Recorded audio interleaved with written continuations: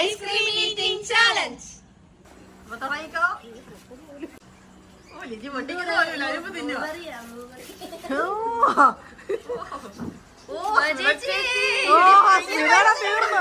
അന്നെ വിട്ടുകൊടുക്കല്ലേ. ഓഹോ സ്മിതോടെ തീർന്നേ.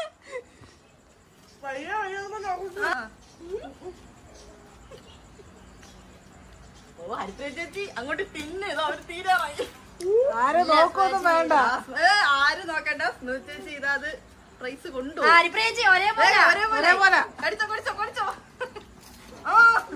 സ്മിതയുടെ തീർന്നേ.